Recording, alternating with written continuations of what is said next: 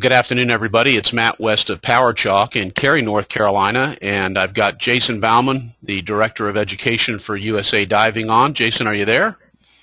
I am. Well, welcome to the session. I'm going to let you go ahead and take the lead, Jason, and do some welcome to our guests, and then we'll get started with our session.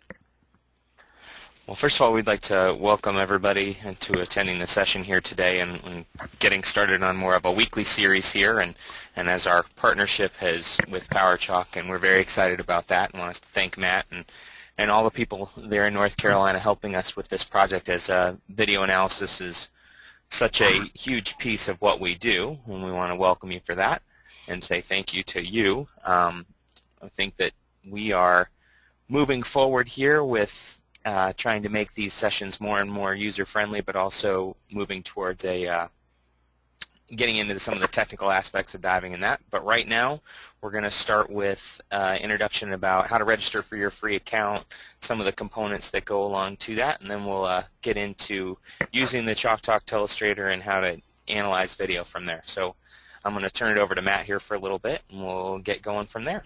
Well, thank you, Jason. On behalf of all of us here at PowerChalk, we want to thank you for our great partnership with USA Diving.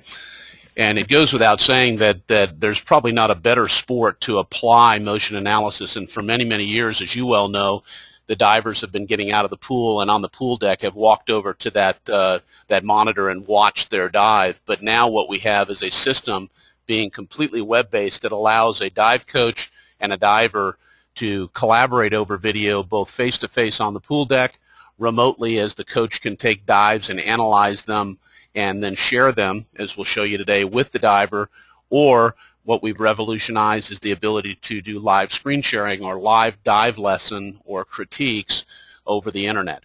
So 3 ways to use the product, and it's not minimal, the effect that a web-based system has for all of you that are members of USA Diving. Let's talk a little bit about the arrangement. If all of you go to www.powerchalk.com/diving, you can sign up for your free account, and your free account includes some adders that are courtesy of USA Diving, absolutely free. Then if you wanted to go, as I'll show you in just a moment, to upgrade and add some of the features maybe that you're going to see in our session today, you would type in the promo code USA Diving, all caps, into the promo code area, and you would receive any of those paid upgrades at a 50% off discount, and that is courtesy of USA Diving. Couple of things to note as I back you out of that system and go right into my account. There's a little bit of a social media, social networking piece to us. As you look across the top menu bars, you'd see my pages where you're able to not only view your account and the videos that you have uploaded, which, by the way, you can upload those by using a digital camera, but also your smartphone. So if you're an iPhone user or an Android user, you can literally go to the store where you can get the apps, and you can get the apps like I'm showing you here on the menu board, like the iPhone Uploader or the 10-second Telestrator. If you're an Android user, you can get the Uploader, and really what that allows you to do is upload videos directly from your smartphone into your locker. And what I'm showing to you here just underneath where you see the thumbnails, that's your locker. So you could be able to upload those videos without having to connect your smartphone to your device. And that device can be a laptop, it can be a PC, and we're Mac compatible and we're camera agnostic. So as we go across the top, you're also going to see my friends, and my friends is really our way of saying it could be a diver, the athlete, a runner. We had to pick one moniker, so we picked my friends, and by doing so, it allows you to connect you, the instructor, or you, the diver, with your instructor. As we head down the left-hand menu bar, as you see here, the first premium content item that I have highlighted is the 2012 USA Diving Grand Prix. These are dives that you have access to free of charge to use as models with your divers. As we come down, if you notice that I have picked the public videos, and if I load the public videos by diving, then it'll collate the most recent dive videos that have been uploaded and marked public. 3 ways to mark the video: public, private, and unlisted. If I go and just load the dive videos, you notice on the far right-hand corner to the side, you'll see that it's notated as public. I can also mark videos my favorite. So if I come down, it's going to show you what I've put in my locker as a favorite. That's just for easy access, so that if you are someone who's going to work with an athlete and you don't want to go through the normal channels and you want to just load 2 or 3 videos right away that you're going to use for an analysis session, you can do that. And then you can also have, as you see just below this, where I clicked and opened my friends, you'll notice that Jason Baumann and I are friends, and that allows me to click on Jason's locker and pull videos that we'll be using for today's session. So again, completely web-based, no footprint. You don't have to worry about losing your videos if by chance your hard drive crashed, and that is a compelling difference for you as coaches and athletes. And I have to tell you, Jason, just before we turn it over to you for some expert counsel on diving, what I think has really been a game changer, and we've seen it with Drew Johansson here at Duke and a number of dive coaches, John Proctor, that have been very compelled of being able to take their tablet out to the pool deck and use what we call the 10-second telestrator to analyze the dive with their fingertip on the tablet when literally the diver is coming out of the water. So Jason, what I'm going to do per our conversation is I'm going to go ahead and go to the telestrator, and if you notice here the top dive, which is Tanya, and I believe is that Cagnato? Cagnato, I believe, yeah. I'm going to go just to the right of that where you see the little man with the headset, and I'm going to click on that, and that's going to go ahead and take us out to the Chalk Talk telestrator. And in doing so, I've loaded that video into slot A. And Jason, before I turn it over to you, just a quick lesson for you folks on the air of how to use the system. If you came down to the bottom right-hand corner where you see a question mark in a yellow box, if I click that box and check it, I can scroll over any one of the tools, and it gives you a written tutorial of what that tool is for. I'm going to go ahead and uncheck that and just pay particular attention to the printer just to the left of that box. At any time when Jason is doing an analysis, he can literally print out a snapshot of that particular frame. So if he wanted to show this diver, and I'll just pull Tanya to this position here, if Jason said that's really the spot that I want her to be most focused on, I can give her a printed copy of that particular frame, or I can go just to the left of that to the camera, and the camera allows me to take a snapshot, and I can immediately email that snapshot directly to the diver. Let's go ahead, and if you noticed when I loaded in slot A, Tanya, I'm going to go over to slot B now, just next door to that, and I'm going to go ahead and put in my friends videos. I'm going to select Jason Baumann. So if you notice, I've gone in and I want to go into Jason's locker, and there's Abby Johnston, and that's who we want to do the comparison with Tanya. I'm going to click on that, and if you notice, it goes ahead and it loads into slot B. Yep. Jason, I'm going to come down and erase that arrow I drew, and just make people aware that at the bottom of the screen I can toggle back and forth between the A and the B video, and I can also, just to the right of the A and B button at the bottom, I can split screen and put these two divers side by side. Now folks, before we got started, Jason and I talked about what we wanted to cover off on today, which is to talk a little bit about a comparison between Tanya and Abby on the hurdle step, the top of the hurdle, where the diving board is kind of at its most impactful point, and then the bottom of the board. So we decided what we were going to do is we're going to go ahead and lock these two videos together and analyze them side by side. So if you notice down here where I'm drawing this line, you'll see a little lock button in the center. That's what locks those two videos together. So Jason, while I get the two videos locked together at the frames that we had talked about, why don't you go ahead and start and talk about these two divers? Well, you know, I think this is from the 2010 AT&T Grand Prix in Fort Lauderdale, and I think it's a very nice comparison where you've got, you know, Abby and Tanya doing the exact same dives here of a front 3.5 pike, and I think that it gives us a really good example to be able to lock these two frames together and to look at not only to evaluate the hurdle, and obviously the hop hurdle in women's diving is a new process that's really come forward, where almost all of the top divers in the world are using this hop hurdle. And so this is just some examples of how to do it, and theirs are pretty similar, but I want to notice some commonalities about that and really look at break into some of those, and then as well as where their balance is, where she gets her arms through, positioning, so that we can really talk through some of that. But this gives you just a really good example of how PowerChalk can be such a valuable tool for you in how to actually teach that to your divers too, and where you're coming back and what are the main points to focus on there.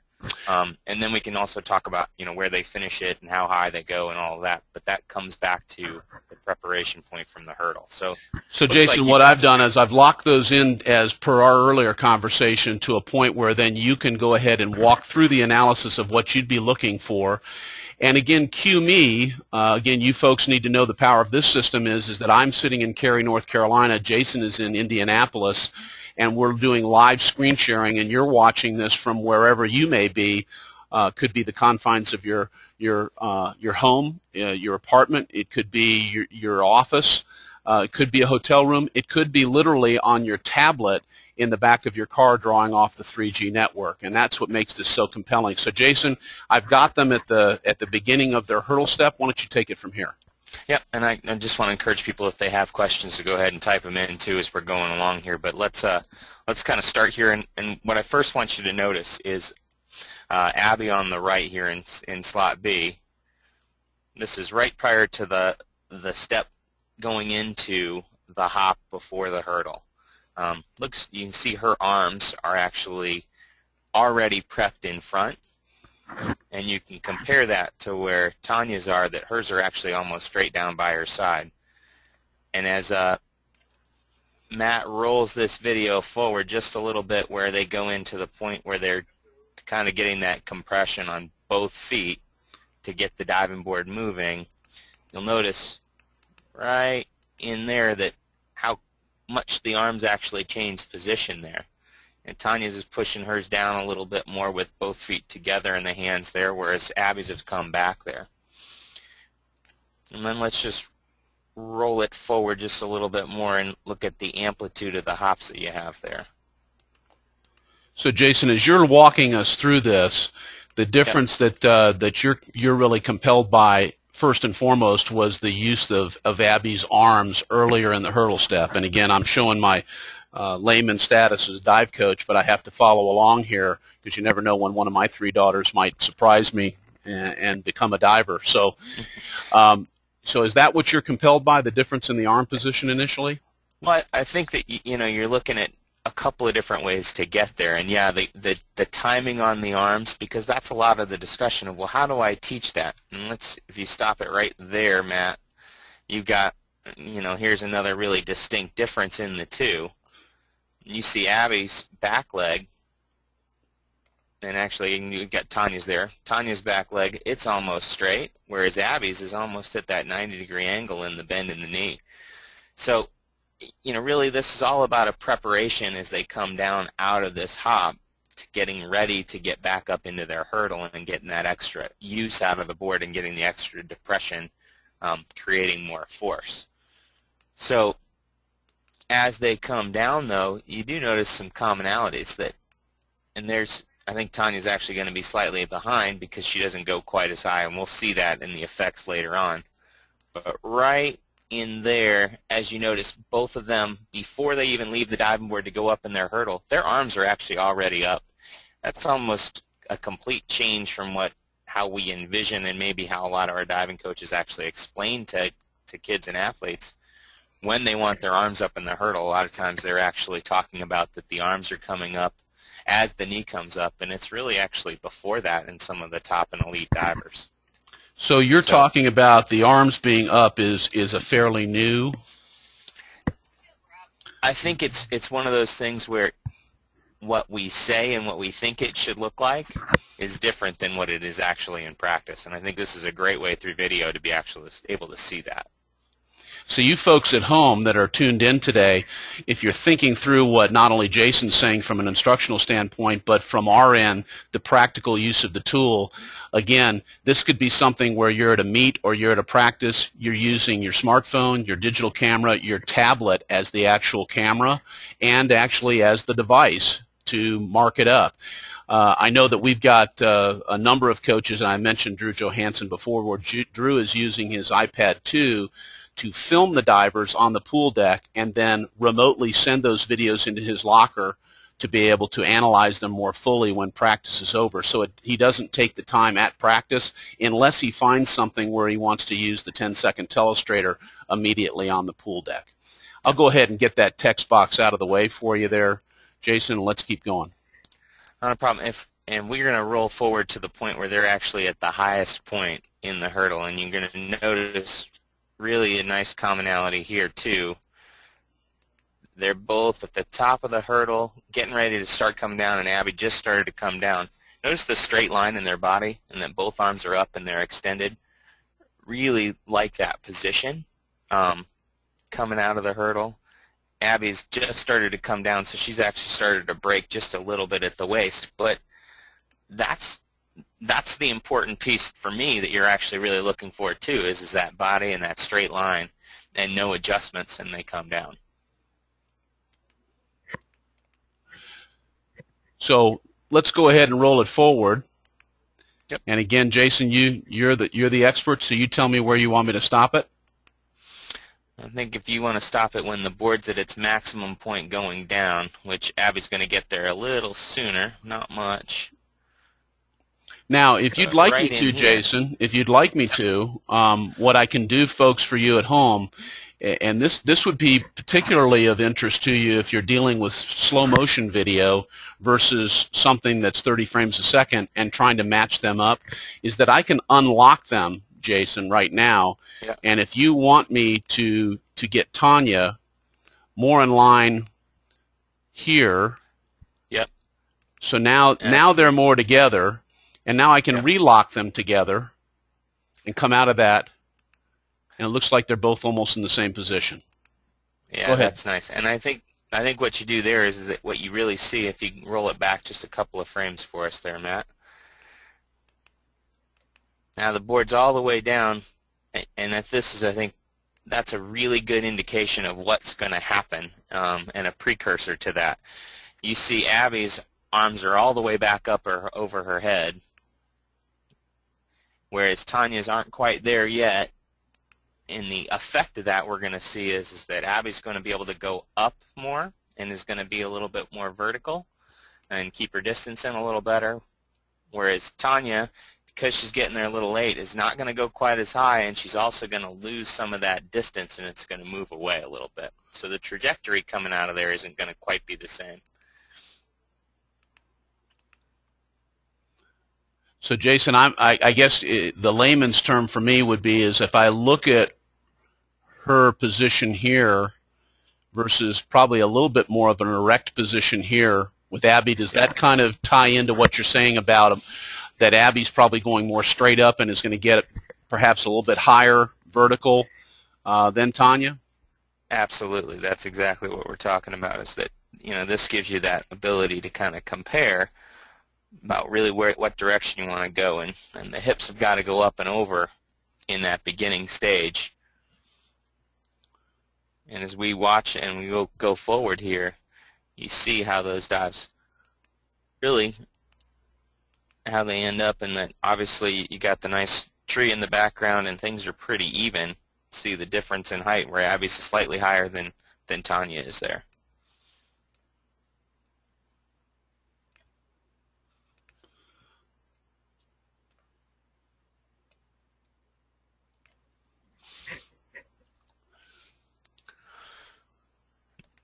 Okay. Yeah, it's interesting that you stopped on that frame, Matt, because you definitely see in that, and you get the slower motion, and when you stop it, the slight break in the knees from Tanya. Now, whether or not you can see that at regular speed, we can look at it here at the end. But what you see is the rotation starts going. Abby's got a little bit of space between the legs and the chest on hers, whereas Tanya gets her position in even a little tighter in a better pike position, which affects your score, but it also affects the rate of somersault. So you see Tanya catch up a bit in how fast she's spinning as we go forward here too.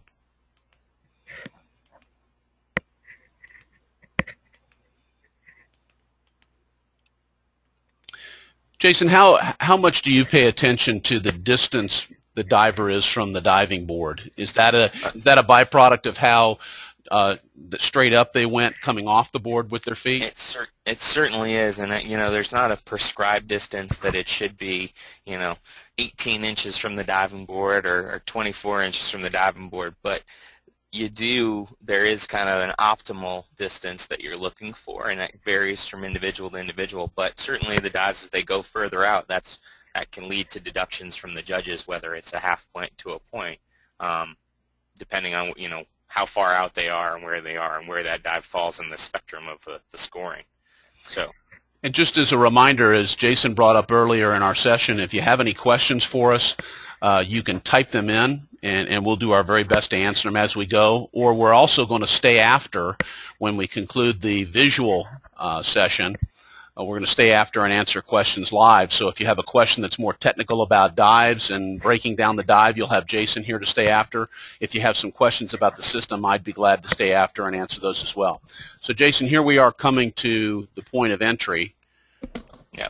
And if you notice, folks, at the top of each of the videos where you see the triangle A and B, as the dive begins to maybe rotate out of the center of the frame, you can just literally grab that A and drag that over, and same thing with the B.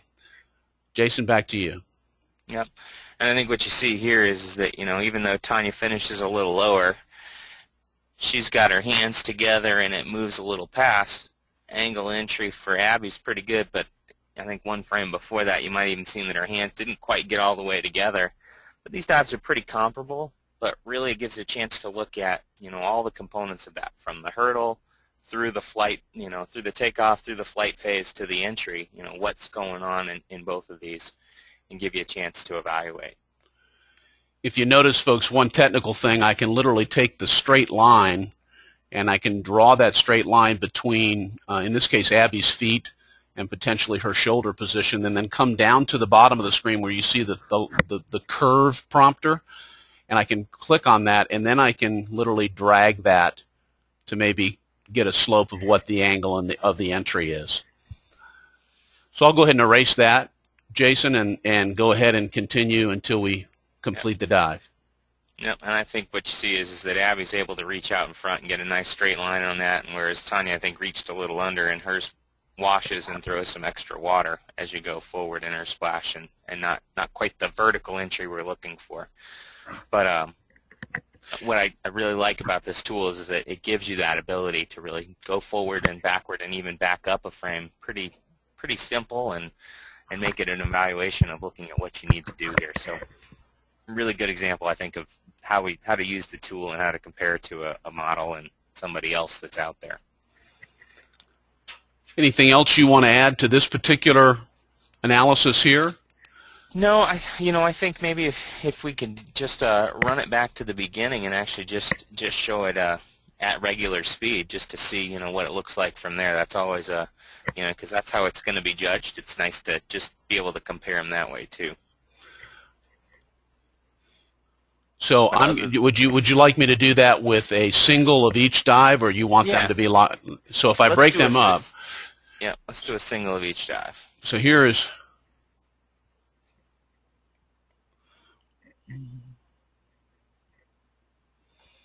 Then I come over, and if you notice, folks, the green rectangle that surrounds the video that you're controlling, so I'll come over and do the same on the right-hand side.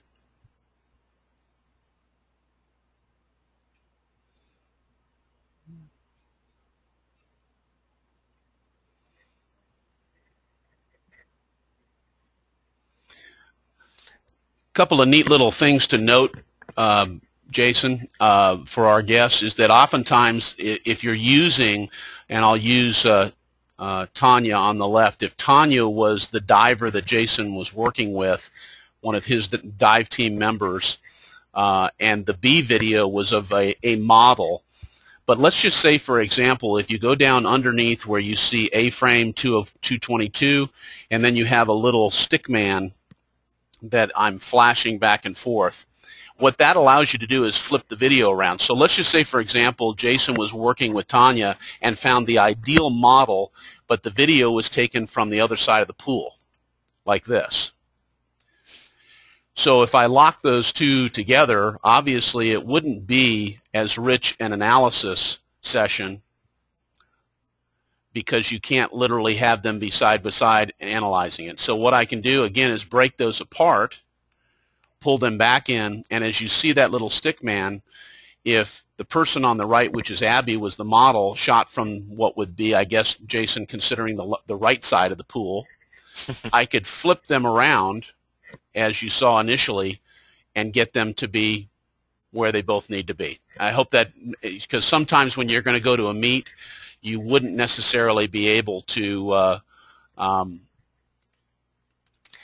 dictate where you're going to be able to film divers from. So yeah, sometimes the stands are on one side, and that's the side you get. So, but that gives you the ability to flip the videos around so that you can really put them side by side as you saw today, and go to work. So absolutely, those are a couple of interesting features. What I will also tell you before we work on answering questions, down underneath the video, and Jason and I have had numerous conversations about this, is that you see a little box with slots next to it, and I've just pulled that up for you. And if I load keyframes, is what we call them, I can select a sport, and I can come down, and there's diving. And what we have yet to do, but we are working on it, is we will be able to keyframe specific points in a dive. So if Jason Baumann and his great team at USA Diving said, here are the 8 core elements of a 2.5 in the pike position, you can go in and code those, and you'll have, whether it's 5, 8, 10, whatever the movements that they dictate, you'll be able to literally click on that frame. And let me give you an example. If I was working with the A video, and Jason, per what you told me before of Tanya being at frame 140, when we get to the point where we get those keyframes locked in, I can go in and code the video and take frame 140 and lock that as a key point of reference that I want to pay attention to. Now, what does that do for you dive coaches? Is you can literally go click on that keyframe, and that keyframe may be number 8, which is, leaving the board. You can click on that, and the video will automatically go to that. Now, imagine, if you will, if you had 2 divers synced up, you could literally click them through using keyframes and say, here's top of the board, or here's top of the hurdle, here's the touch on the diving board, here's the bottom of the board, here's entry, and you wouldn't even have to try to figure out how to match those videos together. So that's coming down the road. That'll be a future item that we'll add free of charge to your account. And again, we're absolutely delighted to have the opportunity to work with you through our partnership with USA Diving. Jason, anything to add to that? We've got a couple of closing housekeeping issues before we open it up and start answering questions, but anything else that you'd like me to cover off on? No, I think we're good. I think the important part is that obviously it's the best way is to get in there and start utilizing your free account and start taking a look around and seeing how you can use this as a tool, and it can be beneficial to coaches, parents, athletes.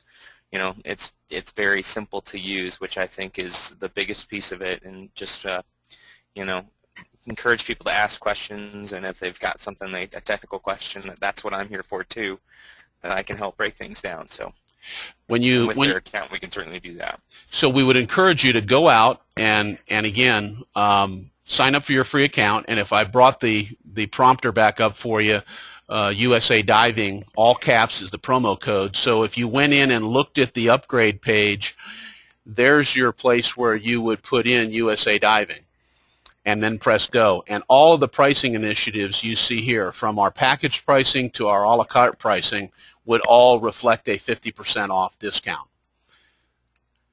Now, one other thing I want to do real quick, if you don't mind, Jason, I want to go in and just show people, if I went to load everything by diving, I would be able to go in, and if I was looking at the public videos, or here's my favorites, and if I wanted to share that video with someone else in the system that's one of my friends, I want to show you how easy that is. So this is literally you being a diving coach. You've analyzed a video, and now you're going to go ahead and want to send it.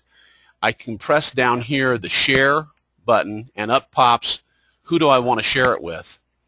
And as easy as just clicking Jason Baumann, I'm emailing him that video, and I've gone ahead and shared that video with him. So it shows you that after you've done an analysis, that's how quick and easy it is for you to share that analysis with your diver. One more thing, Jason, just as an act of good partnership, what we're willing to do today is any of you that joined us on our session, if you go to our Facebook page, which is facebook.com/PowerChalk Sports, and if you like it and you press the like button, we're going to give you 10 additional storage slots with our compliments, and that's just for those of you who have joined us today. That's fantastic. Jason, let me turn it back over to you. I was going to say that the one other component there of the share that I think is really also important too is that, you know, that's a great way for coaches and also to work together. That, you know, if you wanted to share a video with me, you could certainly ask for me to take a look at it and say, here's my front and 2.5, and I just can't seem to figure that out. It's a great way for coaches, no matter where you are, if you're on one side of the country, on the East Coast and to the West Coast, and asking for your friend to take a look at it. As long as they're in the system, it's really simple to send it to them and say, can you look this over and tell me what you think, and they can actually record it and send it back to you. So it's, you know, it's a great way to take us from being isolated into really making this a community where we can really do some really good evaluation and looking through that. So, well, Jason, fantastic point. Jason, thank you. And I know we've got a couple questions we're going to answer. I'm going to go ahead and close the screen here.